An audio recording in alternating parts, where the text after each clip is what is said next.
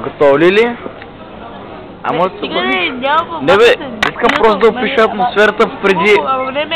Добре, значи в момента сме на летището в Париж, някъде към 8 сутринта е. Скоро флашнат самолета за България, всички много ни е домачиняло. Що снимам само, Лили?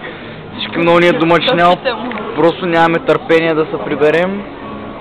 Това е летището в Париж, на някакво кафенце. Какво? Да бе, чакай малко. Това е летището в Париж.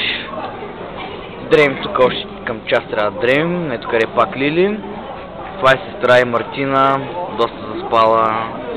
Това е Ели, която въобще е откъртила от всякъде. Сестрата Мишо. Това е...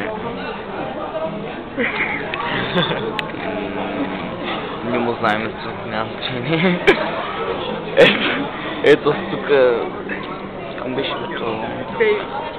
Дейвид.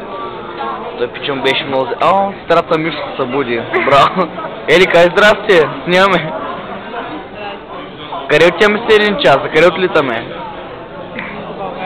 А така, браво. И как е настроението? Пясто. Да, виждаме. Така, това е Дейвид, но човека не толкова че му се спи, обаче много му зле беше в самолета. И... да, доста кофти беше пича. Ей, къде е Мишо? Дето слуша разни концертни изпълненията сега. Това по сплизалка. Така багажи. Добре бе, чакай. Хората са сетили да вземат малко храна, защото в Париж е много скъпо. И... Да те бе! Е хубари сме у мене. И това е автора на самото видео. Владо. Който въобще не спи.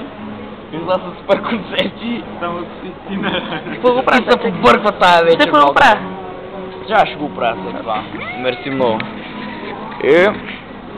общо взето това е. Следващото клипче вече в самолета.